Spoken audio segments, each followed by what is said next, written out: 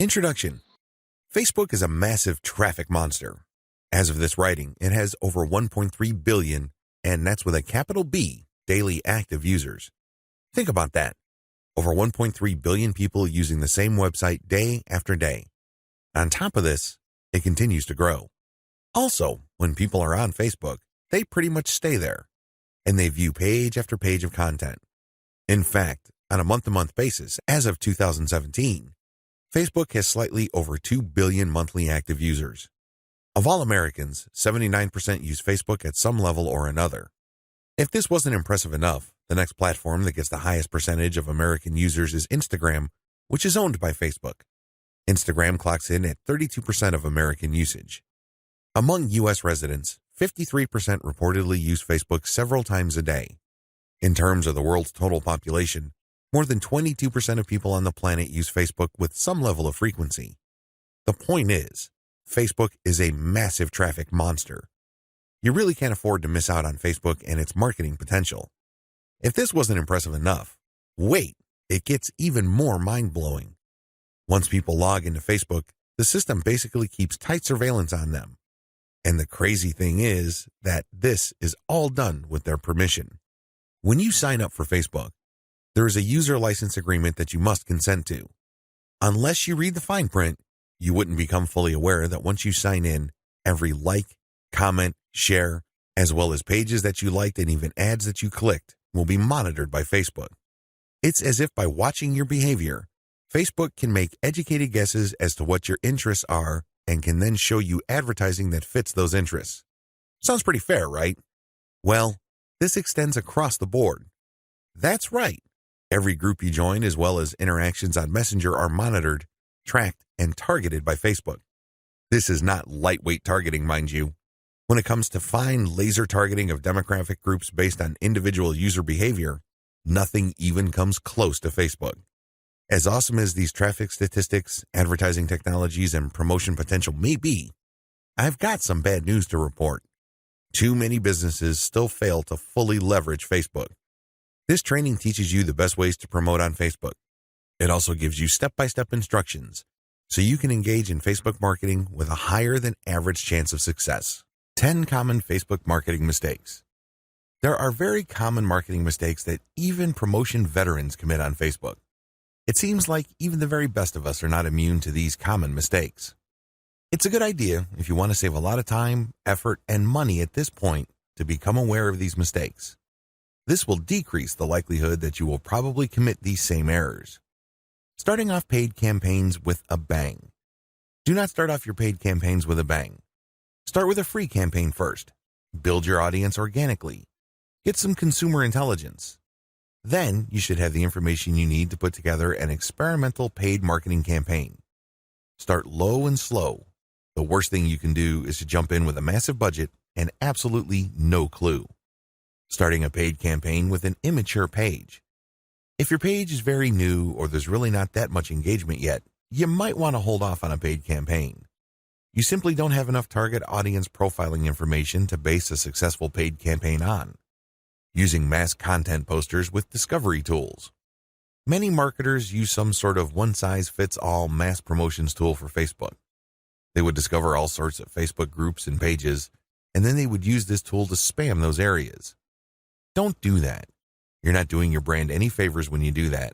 All you're really doing is you're spamming. It's only a matter of time until you get banned. Promoting direct affiliate links or direct sales page links. There's an old saying, you can lead a horse to water, but you can't make it drink. By the same token, you can get a lot of people on Facebook to click on your links, but don't expect them to convert once they go to that affiliate sales page or your own direct sales page. Why won't people buy? After all, they did click on your ad, right? Answer, they haven't been properly qualified. In many cases, they click out of curiosity. Maybe they clicked by mistake. Whatever the case, you still did not get a sale. Posting direct links is not the way to go. You have to build confidence. You have to build trust first. Pulling random content and curating them based solely on keywords. You can't be lazy and just set Facebook publication tools up to just pull any and all content from Facebook that has something to do with your keywords and then just blast them out. You're just spamming when you do that. You have to be very deliberate and careful regarding the kind of content, whether curated or not, that you will associate with your brand. Rotating and republishing the same content over and over again. Have you ever gone to a Facebook page and it seems like all the content got reposted over and over again within the same day? The idea behind this practice is that the more Facebook audience members see the content, the more likely they will click through. It looks like you're just spamming your page fans over and over again. Don't be surprised if they unlike your page. Wholesale optimization of ads. Another common rookie mistake on Facebook involves paid ads. If you notice that one of your ads is simply not performing, it's very tempting to just come up with a brand new ad by completely replacing the ad with something that looks totally different. When you do this, you really don't know which part of the new ad is succeeding or failing. You're basically taking shots in the dark. If your ad's performance improves, you don't know what caused the improvement. You have to have some sort of strategy or method that will enable you to track where the improvement in your click-through and, ultimately, your conversion rates are coming from.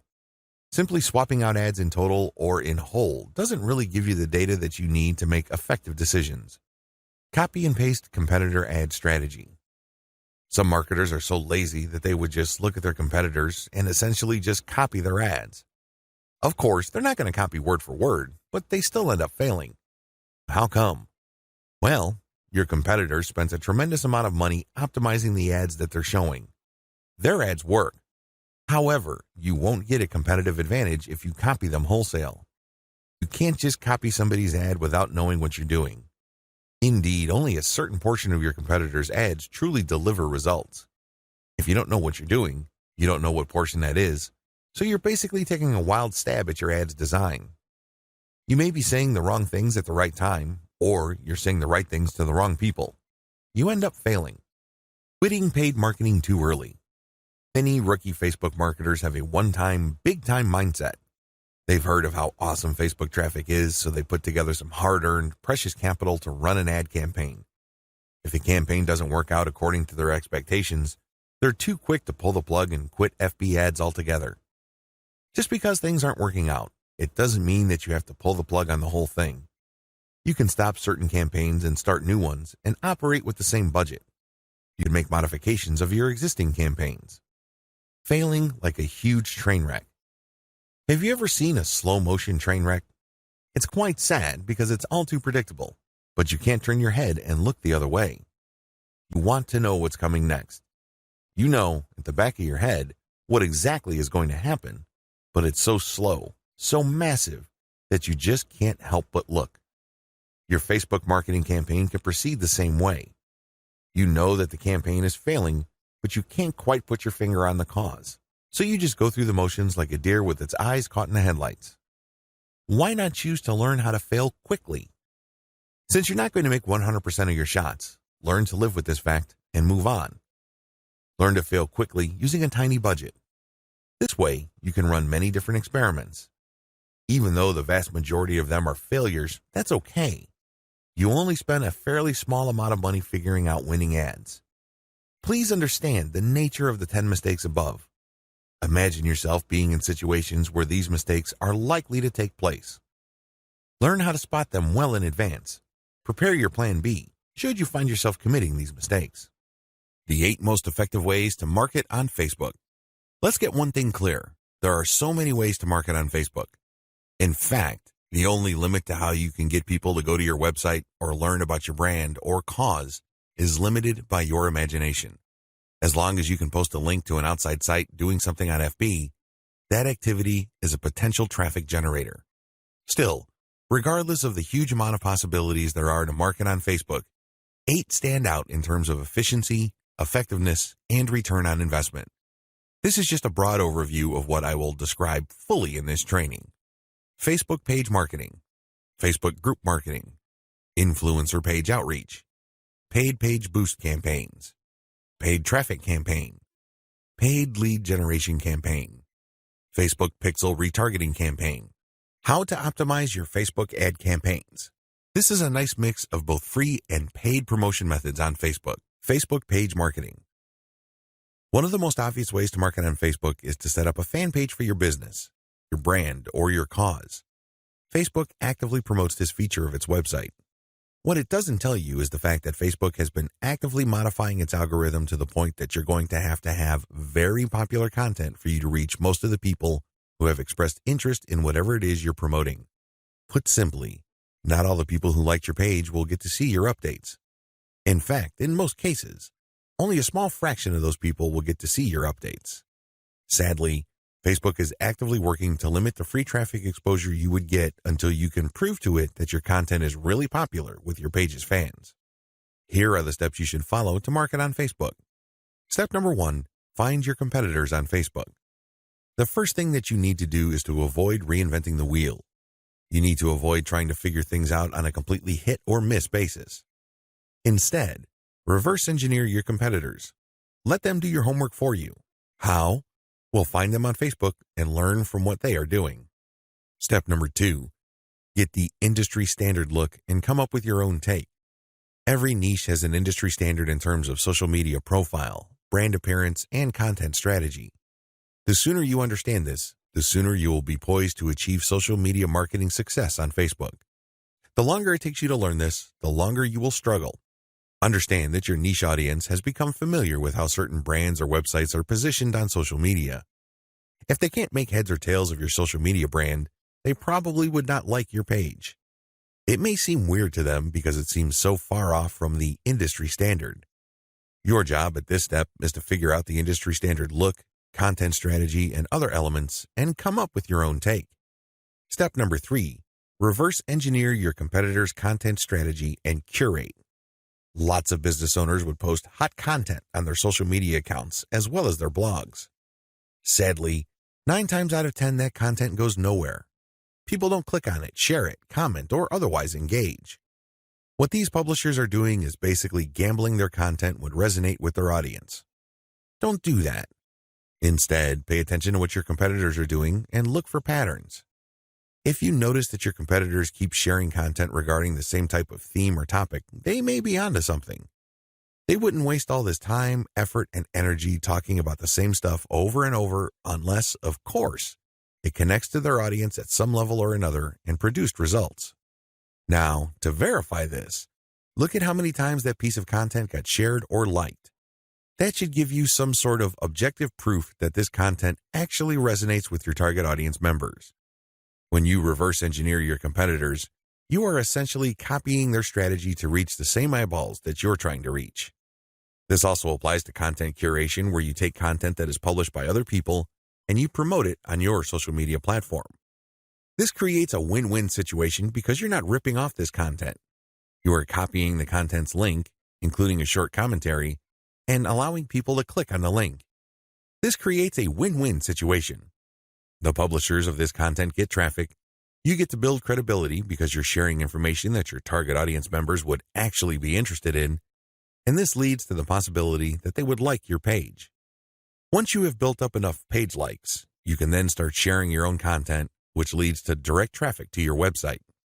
Step number 4, pick the best performing or most popular type of content and scale up. Post content for a few weeks. Keep publishing, and then look at the content that gets the most engagement. Which shared materials get the most likes, the most shares, the most comments?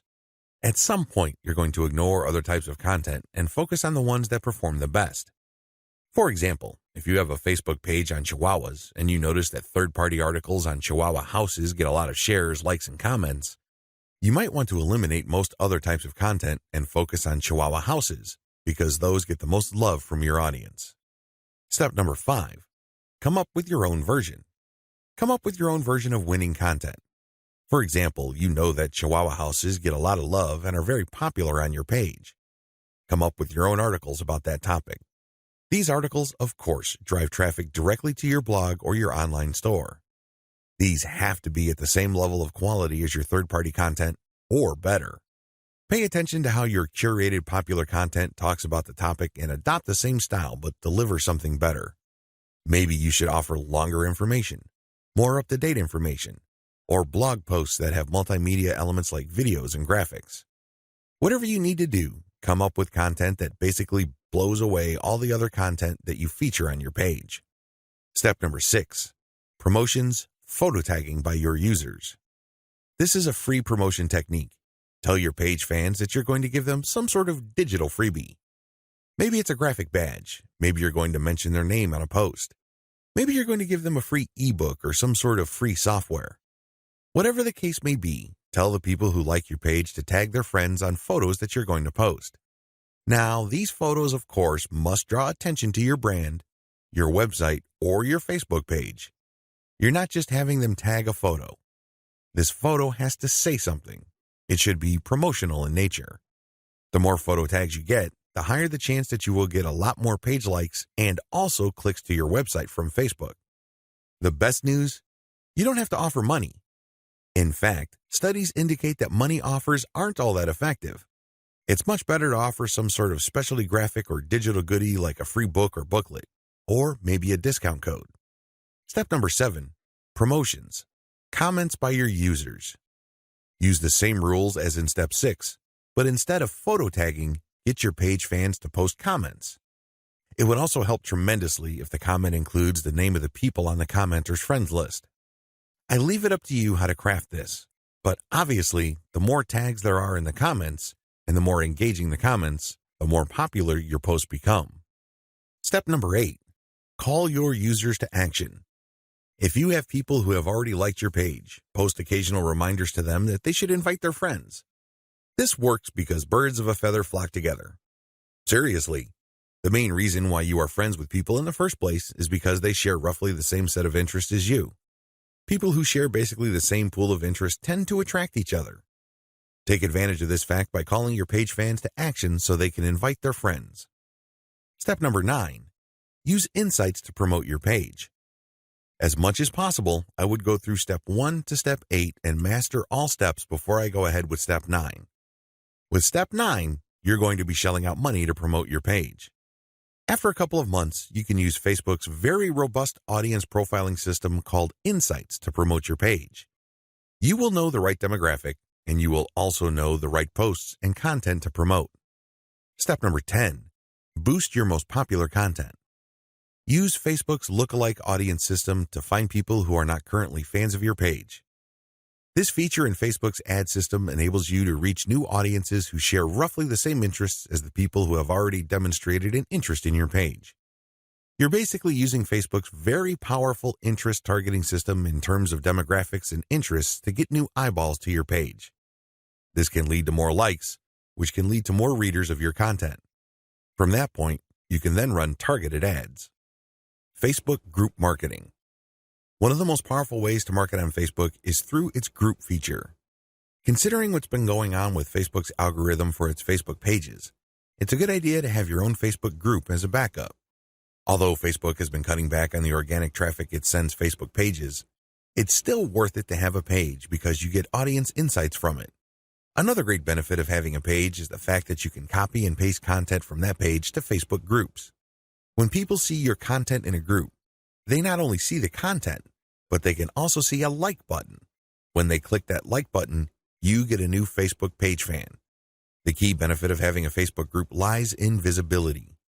Facebook has made it clear that they are tweaking their Facebook page to reward actual engagement. Apparently, Facebook groups are not as suppressed as Facebook pages.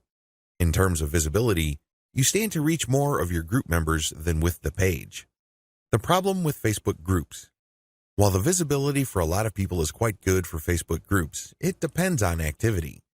If the individual group member is not all that active in your group, maybe the person isn't liking or commenting, they're not going to get as many notifications on their Facebook update section than somebody who is active. This is a big drawback.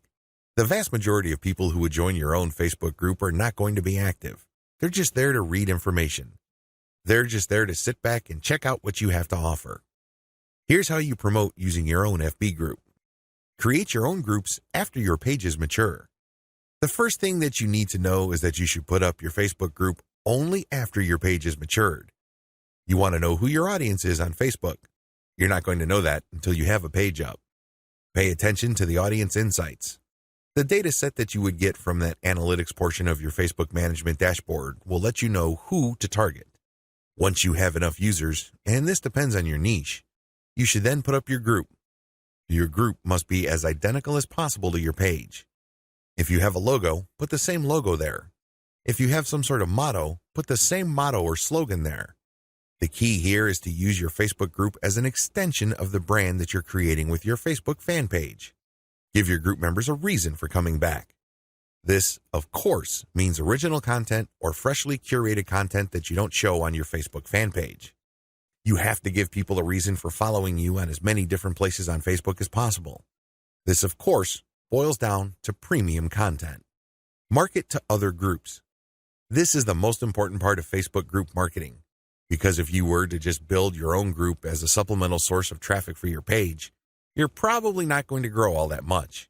You have to go to other groups which have already done a good job attracting the eyeballs that you want to attract. There has to be a tight fit between these groups and your niche. Go to those places and become a credible poster. This means that you should refrain from just dumping the same content that you have on your page to these groups. Invest time in them to become a local expert or a credible authority. It doesn't take much.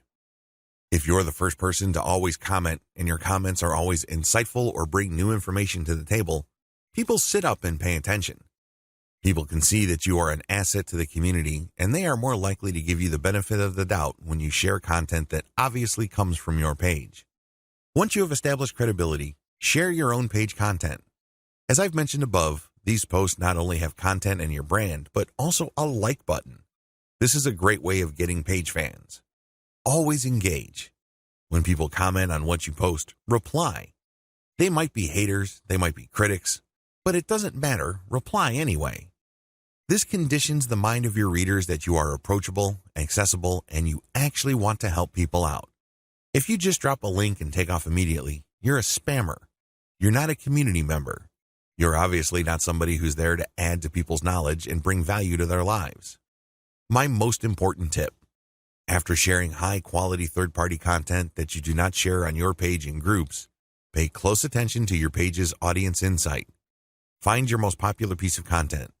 Look for third-party content that is similar to that and see if you get a lot of positive engagement when you share that material. If this pans out, then use content from your site that fits the same themes as the tried and proven popular content on the Facebook groups that you're in, and use those to get page likes. Influencer page outreach. Influencer page outreach really boils down to creating allies. In your niche, you are sure to have competitors. However, some of these competitors are open to cooperating with you. Many will not give you the time of day, but there are few who would see the strategic advantage of partnering up instead of competing.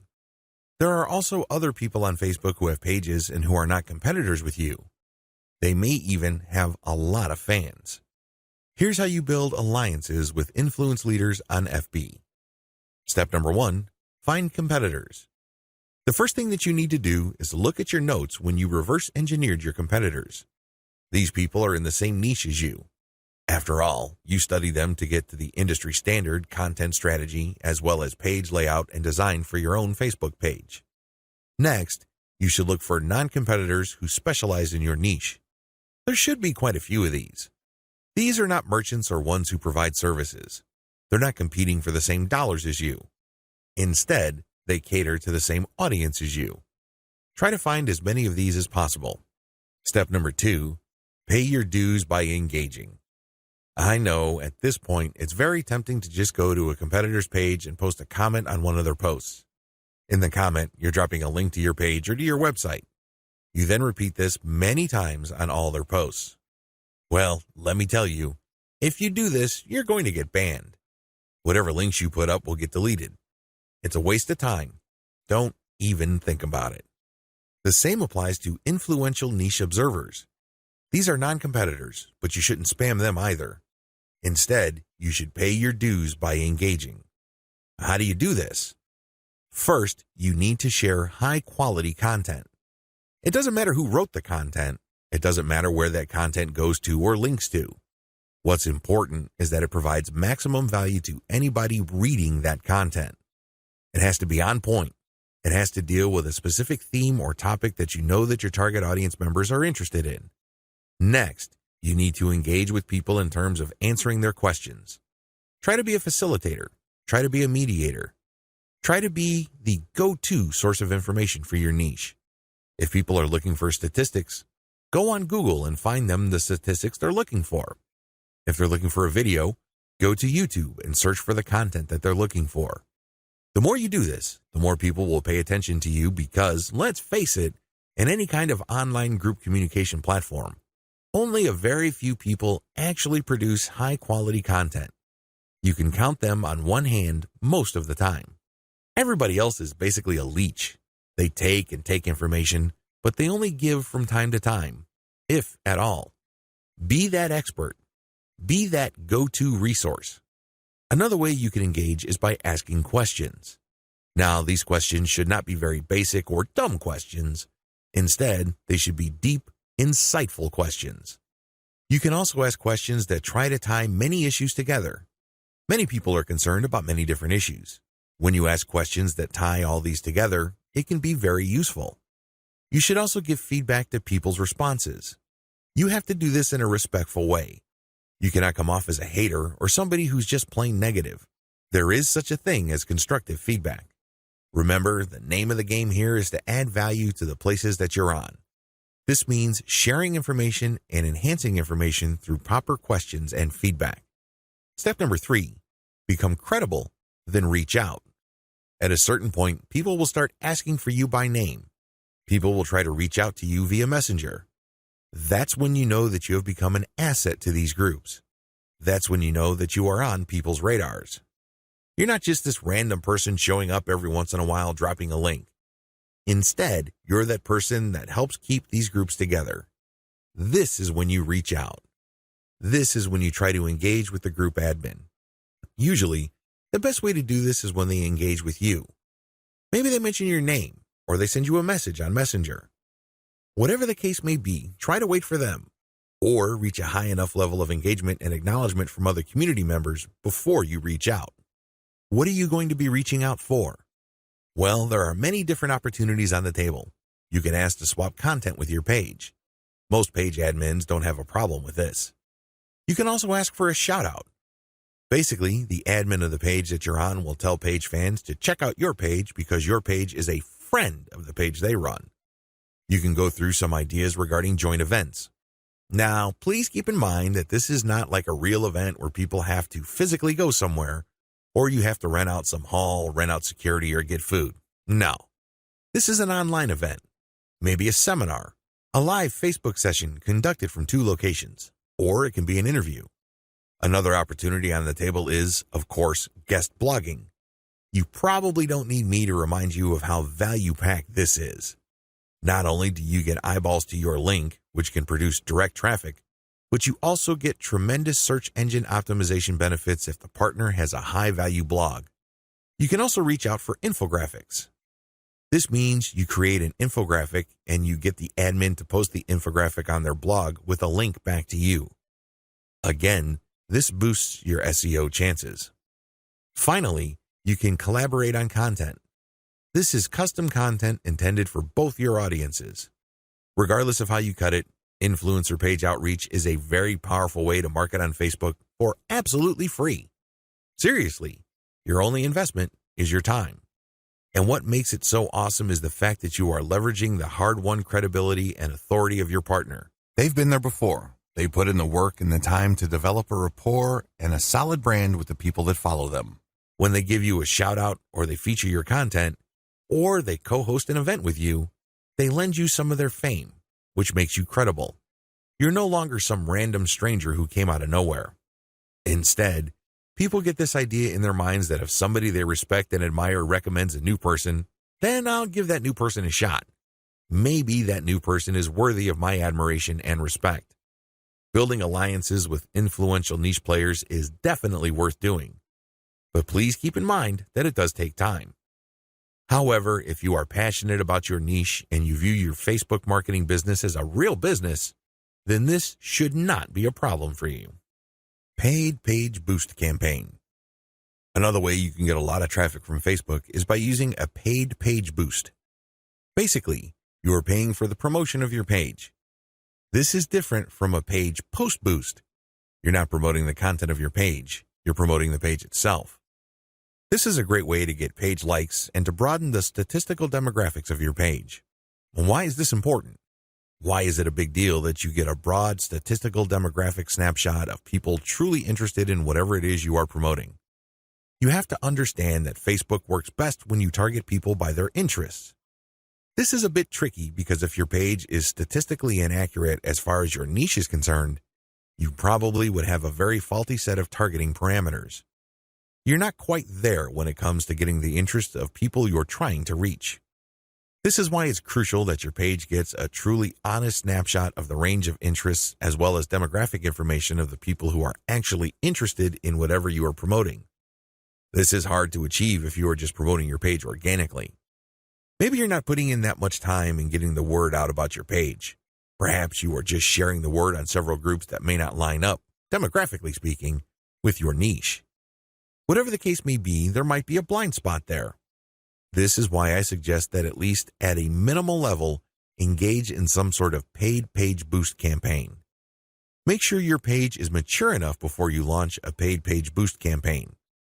Make sure that your page has been around for a long enough time for it to build up enough user insight as well as engagement levels for you to accurately target the demographic you should begin with. This is important. If you're able to pull this off, then your demographics will help you run more successful campaigns involving your content or your direct traffic campaigns. These are campaigns that direct traffic from Facebook directly to your target website. You're going to do that primarily using a lookalike audience campaign. Make sure you're ready for a sponsored page ad buy. When you're buying a sponsored page ad campaign, make sure your page looks good. Make sure you're sending the right signals both in terms of graphics and text. You don't want to waste your money, so make sure that at least everything looks like it's ready to go. There has to be enough solid content on your page. This increases the likelihood that you will get a decent amount of page likes. Where does all this lead to? As I have mentioned above, if you get a lot of page likes, you will be able to target your intended audience better. In addition to that, you may be able to increase your reach because the more people that like your page, the bigger your base visibility becomes. If a lot of those people actively engage with your content, that percentage increases, but you're still dealing with the reality that your content will only reach a fairly small percentage of the people who have expressed interest in your content. When you increase the total amount of likes you get, you still have that same small percentage, but the raw numbers are bigger. Believe me, 10% of 100 is definitely going to be smaller than 10% of 100,000. Which position would you rather be in? This is why it's always a good idea to build up your page likes. Hand in hand with this is the fact that you can profile your users better, as I've mentioned above. This higher level of profiling paired with better content management and targeting on your part can lead to more content visibility. How come? Well, your reach can increase because of higher engagement levels. If you pay attention to what kind of content people really like on your page, and you produce more of that content and you fine-tune it so people are more likely to engage with it, this can increase your organic reach. This makes your content more visible. What is engagement? Well, people can share your stuff. They can like, they can react, they can comment. Whatever the case may be, get them to do it. And the best way to do this, of course, is to make sure that the right people are attracted to your page and you put the right content in front of the right eyeballs. Unfortunately, this doesn't happen overnight. It is neither smooth nor easy. It's one of those things that you figure out on your own on a trial and error basis. But you do have powerful tools like Facebook's Audience Insights to see which content is resonating with your audience members. You can't just set this up and forget about it. You have to actively monitor it. You have to look for patterns. But the crucial ingredient to all of this is that your page gets enough likes. That's why you have to promote it at some point. Paid traffic campaigns. For this section, I'm defining paid traffic campaigns in two forms. I can pay to boost the post, or I can pay for direct traffic to my target website. Please note that I have presented this information in that order. Boost posts first, and then pay for direct traffic. There's a reason for this. If you don't master Facebook's traffic to your page posts, then it doesn't make sense to go directly to your target website. You probably are going to spend a tremendous amount of money, time, and effort only to have very little to show for all that. It's better to boost a post in a strategic way so you can understand what kind of content connects with your intended audience. You will then be able to drive traffic to your website. You're actually killing several birds with one stone. By focusing on boosting a post, you can get more page likes, You can get more branding opportunities, and you can also get click-throughs to your target website in the form of a content link. Here's how it works. Post boosts. First, target a lookalike audience based on your user insight demographic. In other words, Facebook is going to show your ad to a fresh set of users who share the same demographic details and interests as your current page fans. People with these similarities are more likely to like your content. You're not going to pay Facebook to show your post to people who have already liked your page. Instead, you are trying to get fresh eyeballs to your page posts. You do run quite a bit of risk. Existing audience post boosts. The next option you have available to you is to boost your post to people who have actually liked your page. These are your actual page fans. They know roughly what you're about. They like your content enough to like your page. They're expecting your content. Unfortunately, like I said earlier, Facebook only shows your content to a small fraction of people who liked your content. Unless your fans select see first when they like your page, Facebook will use its natural algorithm to select the initial group of eyeballs that will show your page content. If enough people engage with your content, then Facebook will show even more of your page fans to your content. However, it's never going to show it to 100% of your fans. That rarely happens. This is why it's a good idea to boost your post to reach more of the people who have liked your page. The upside to this is these are not virgins. They've seen your page. In fact, they've seen it and liked it so much that they have clicked the like button and want to see your content. At least you know that there is some sort of interest there. Still, please understand that while there is a certain degree of familiarity there, and this increases the chance that these people will actually engage with your content and possibly click through to your target site, that isn't exactly guaranteed. Existing audience plus their friends. As the old saying goes, birds of a feather flock together. Friends usually have shared interests.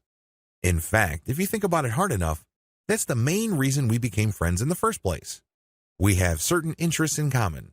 We have certain things to talk about, and that's why we're friends. Makes a lot of sense, right? Well, you can apply that to Facebook marketing as well, because this can produce a tremendous amount of marketing opportunities. Since your page fans also have friends on Facebook, you can buy a post boost that shows your ad not only to your fans, but to their friends as well. This is my favorite when it comes to post boosts because it is a cheap way of getting clicks to your target site. You reach a much wider audience. Please understand that if your page has a fairly small number of likes, even if you boost post after post, you only have a small base to work with. Now, if you expand that base by including your existing audience plus their friends, you have a lot more people to work with. You are operating with some level of confidence because you know that friends usually have shared interests. This translates to possibly cheap clicks to your target site. The best way to do this is to post a link directly to your content or to your promotional page on your website with some content. This way, when someone clicks through, they go straight to your website. They can read your commentary and some preview text, but the text should call them to action. This is the cleanest way to get direct traffic cheaply using post boosts targeting your existing audience and their friends. Direct traffic to your target site. The next option is to promote a target URL directly. It doesn't show a post from your page. It just goes directly to your target website paired with a picture.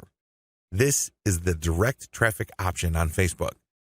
To become successful with this, you have to use the lookalike audience based on your engaged users' insight data.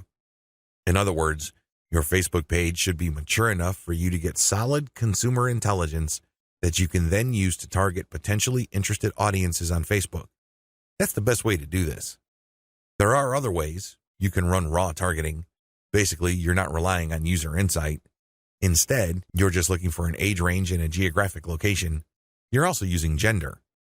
In certain situations, this may pay off. In fact, you may get better results than lookalike audiences, but generally speaking, you should focus on using the consumer intelligence your Facebook page gathered so you can reach people who are very similar to people you know have demonstrated a solid interest in whatever it is you're promoting. Best practices. Use them to boost your results. First, run small tests. This enables you to fail quickly. People who really know their way around Facebook run campaign after campaign after campaign until they're able to connect the dots and come up with a campaign that actually works.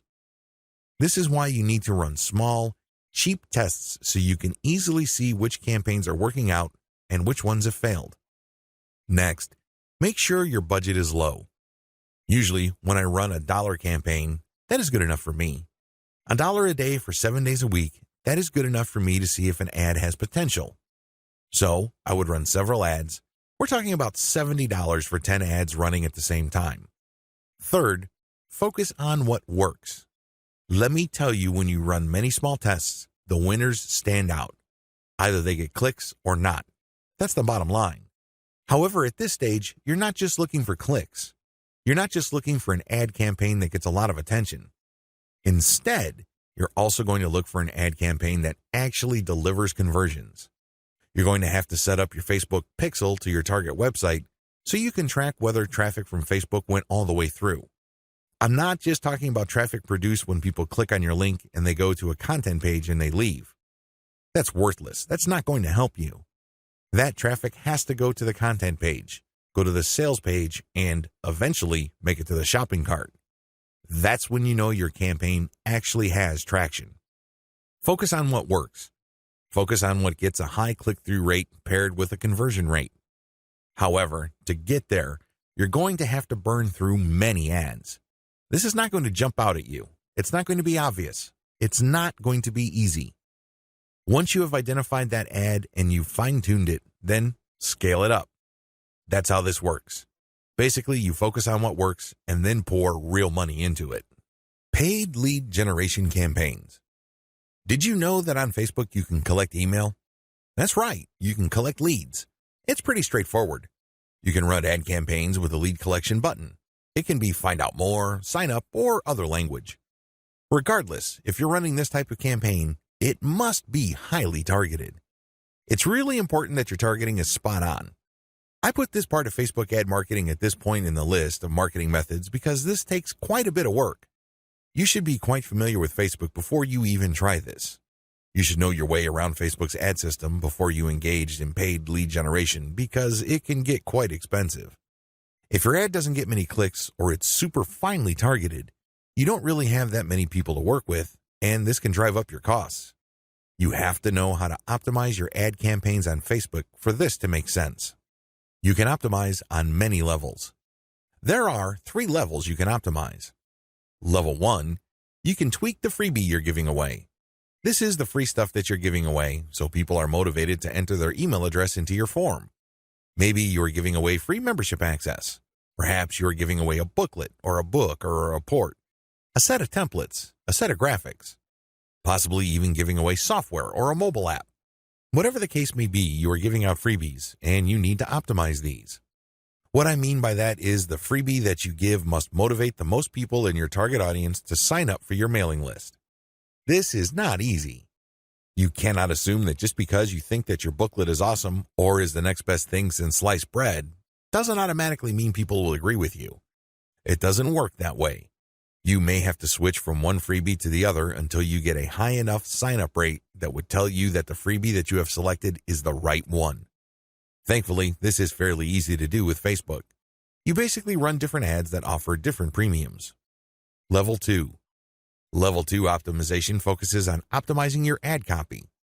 As I've mentioned above, lead generation campaigns on Facebook can and do get very expensive. It seems like you're doing all this for basically a handful of emails. This is why it's really important to make sure that you run a fully optimized campaign to get the most results. How do you do this? Well, you optimize your ad copy on an elemental level. Still, I want you to get a heads up this early on regarding the amount of optimization that you would have to do. It is quite intensive. You can't leave things at a surface level. That's just not going to work. Level 3. Level 3 involves optimizing based on conversions. When people click on your Learn More or Sign Up button, they're shown a form. You're going to have to keep tweaking that form to say what it needs to say to convert as much of your traffic into list members as much as possible. This takes quite a bit of time and attention to detail. Again, you have to run these experiments while minimizing your costs.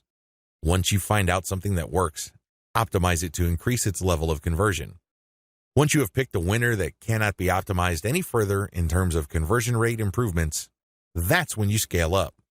That's when you pour in the dollars to reach as many people as possible to boost your mailing list sign up. Facebook Pixel Retargeting Campaign. Facebook enables you to put their tracking pixel on your website. It will then track when people go on your site. If people end up at your shopping cart, for example, you can then run an ad reminding people about your site or reminding people about the products that they almost bought. They see these ads on Facebook. Whatever the case may be, Facebook pixel retargeting gives you another bite at the apple.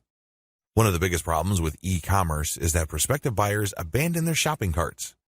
A large chunk of these buyers simply decide at the last minute or at some point in the buying process to dump their shopping cart. They don't follow through. This is where the retargeting campaign begins. It's basically a way of reminding people who have already expressed an interest in whatever it is you're offering to come back. If anything, you recycle traffic that you have gotten from Facebook. Another benefit of this technology is that it pulls traffic from Facebook that you did not get from it originally. For example, if you did an independent marketing campaign completely free of Facebook, but you put a Facebook retargeting pixel on your page, when people from that independent campaign, maybe it's a forum promotion or search engine optimization or another social media platform or whatever source, go back to Facebook to check their accounts, your ad will show up. Sounds awesome, right? These are all possible through a Facebook pixel retargeting campaign. There are 2 steps to it, and it's pretty straightforward. Install Facebook Pixel on your website. The first thing that you need to do is to install the Facebook tracking pixel on your site. To do this, you just go to Facebook's business section and look for their pixels instructions. It's pretty straightforward. Even if you're using WordPress as your content management system, installing Facebook Pixel is a breeze. Next, you need to make sure that you drive traffic to your site. This means that you have to let traffic flow to your site for quite some time before you launch a retargeting campaign. It's not a good idea to launch a campaign as quickly as possible. You have to have enough targeting pixels installed in people's browsers for this to make sense. Otherwise, there are just not enough people to work with. Now, keep in mind that if you are in a niche that has generally low traffic levels, then you would have to conduct your campaign even though the overall traffic flow to your website is fairly low. Run ads on Facebook for retargeting. The ads that you're going to run for Facebook pixel retargeting are going to be a bit different from the normal boosted posts or picture links that you run on Facebook. Instead, these are going to try to achieve 2 things. You can remind people about what they did. Maybe they wanted to buy something, but they changed their mind at the last minute. Perhaps they were reading some sort of conversion article and were about to enter their email address, but they didn't. Whatever the case may be, you're reminding them to come back to what they were doing before. The other thing that you can do with your Facebook pixel retargeting campaign is to pull people deeper into your website. Usually, a website is composed of 2 parts. The first layer is the content layer, meaning you're trying to get people to know about the problem, like your particular solution, and eventually trust the solution enough so they can buy. The other part, of course, is pretty straightforward. It's all about buying. But there's a complication.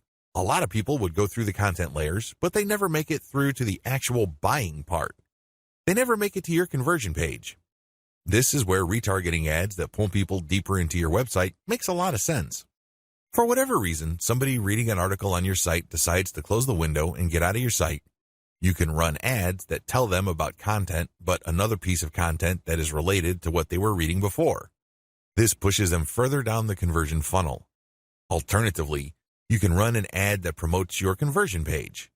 Basically, what you're saying to the prospect is you've figured out what my website is about, and you have a clear understanding of what I have to offer. Maximizing your results from Facebook pixel retargeting. I suggest that if you want to maximize the results you get from retargeting, promote your squeeze page. That's right. Promote the page that recruits people to your mailing list. Usually there's some sort of freebie. There's usually some sort of book or booklet that you're giving away so people can enter their email address. Whatever the case may be, push the squeeze page. Don't dump them to your sales page unless, as I have mentioned above, they actually reached your shopping cart or conversion page and changed their minds at the last minute. That's pretty much the only situation where you should retarget showing an ad that goes directly to the conversion page. Other than that, convert them to sign up for your mailing list. It's your mailing list with its many chances at gaining attention, building trust, and gaining credibility, which will actually do the heavy lifting as far as converting that prospect into an actual sale. How to optimize your Facebook ad campaigns. Follow the steps below so you don't overthink things and make bad decisions when optimizing your FB ads. Reverse engineer your competitors and come up with a standard model. If you have a personal account, find your competitors and like their pages. Before you know it, you'll start seeing ads either from your competitors themselves or from businesses that are very similar to your competitors. Pay close attention to these ads. Reverse engineer them to find the standard model for these ads. In other words, go through as many of these ads as possible and get a clear understanding of what kind of pictures, headlines, and text they use. Also, if they are mostly promoting posts, pay attention to that. Whatever the case may be, look at what they're doing and see common patterns. Focus on the most commonly used strategies because this gives you the industry standard model. Don't get sidetracked by ads that seem so different, so new or so innovative because if they are so different from the industry standard model, they're outliers. There's a high chance that those ads do not convert. Come up with your own version and test with a low budget. Test with a low budget. You don't want to burn through a tremendous amount of cash during the testing process. There will be a time and place for you to get crazy with the budget, but now is not the time. Create variations and test. Now that you have come up with your own version of the standard model, create variations of it and then run low-budget tests. Do not do this randomly. Do not do this based on your feelings or impulses. Instead, you have to follow certain rules on how to create variations. Otherwise, you wouldn't know which part of the ad accounts for its greater success. I've seen this happen many times. In fact, I've committed this mistake before. I would take an ad and test it. I would notice that it's not getting that many clicks, so I'd change half of the ad. Maybe I change the picture and then the headline, or I would change the heading and the description. Whatever the case may be, I would change half of the ad, and sure enough, it would improve. But when I try to improve things again by changing the other half of the ad, it falls apart. You want to establish a way of effectively tracking which changes accounted for which improvement. By using this method, you can optimize parts that work to reach peak convertibility and then work on the other elements of the ad that could use some improvement. However, you have to do this in a systematic way. I've described this in the section below. Pick the winner and make further variations. Now that you have made variations of the original and you ran a test, there will be at least one winner. It gets the most clicks and conversions. Make variations of it and you run the test again. Keep testing until you find the ad that delivers the best return on investment. The end of this process is pretty straightforward. You keep making variations and you keep testing on the cheap until you find an ad that delivers the best ROI. In other words, it delivers the most conversions while costing very little money. I know it sounds like a fantasy at this point, but it is doable with testing. Scale up. Increase your ad budget to your winning ad to pump a massive amount of traffic to it. You should only do this when you are dead sure that you have a winning ad on your hands. In other words, you have tested it rigorously and have optimized it to the point that it cannot improve its conversion rate any further. That's when it's ready to go big time. Make sure you optimize on an elemental level. The big problem with the ad optimization method I described above is how do you know which part of the ad to change up? How do you know which part of the ad to optimize? Wholesale variations do not work. You can't just take an ad, see that it doesn't work, replace it with a completely different ad, see that it doesn't work, and then repeat that process. Even if you're spending very little money, it still burns a tremendous amount of time, effort, and opportunities. You need to have a better way to turbocharge your results. Vary on an element-by-element basis. I would take an ad, and I would restrict my optimization to a specific element of that ad. Every ad actually has many elements. There's the graphics, the heading, the description, the link. I would start with one element, and I will come up with different versions. The most obvious part is the picture. So I'd play around with the different pictures and see which gets the most clicks. I would then come up with a variation of that picture and see if I can improve my click-through rate. Again, I'm spending very little money here. I just want to see an improvement in click-through rate for that element that I'm varying. Once I have reached a plateau and I can't improve any more on that element, I would then switch to another element. For example, if I'm running a campaign for dog food and I notice that my best performing picture after a series of variations is a picture of a chihuahua that seems to be smiling, I will keep that picture, but then I will then switch to the next element of the ad, which is the headline. I would then keep varying the headline to see if I can improve the conversion rate of that ad. Once I've reached the ceiling or a plateau for improvements in conversions due to headline changes, I then move to the description. Do you see how this works? You know that you have to vary an element if you keep picking the winning variation. You do this with small tests until the whole ad is optimized. After all elements have been optimized, scale up your ad buy. Once I've gotten an ad that converts much better than its original form, and I've gone through all the elements, now is the time to scale up. This is where I pour quite a large amount of cash into my Facebook ad campaign to boost traffic. Conclusion. Facebook marketing is a lot of fun because there are a lot of things to discover, but it can also get very expensive if you don't know what you're doing. Follow the 8 proven promotion methods covered in this training so you can start your Facebook promotion campaign on a solid path to success.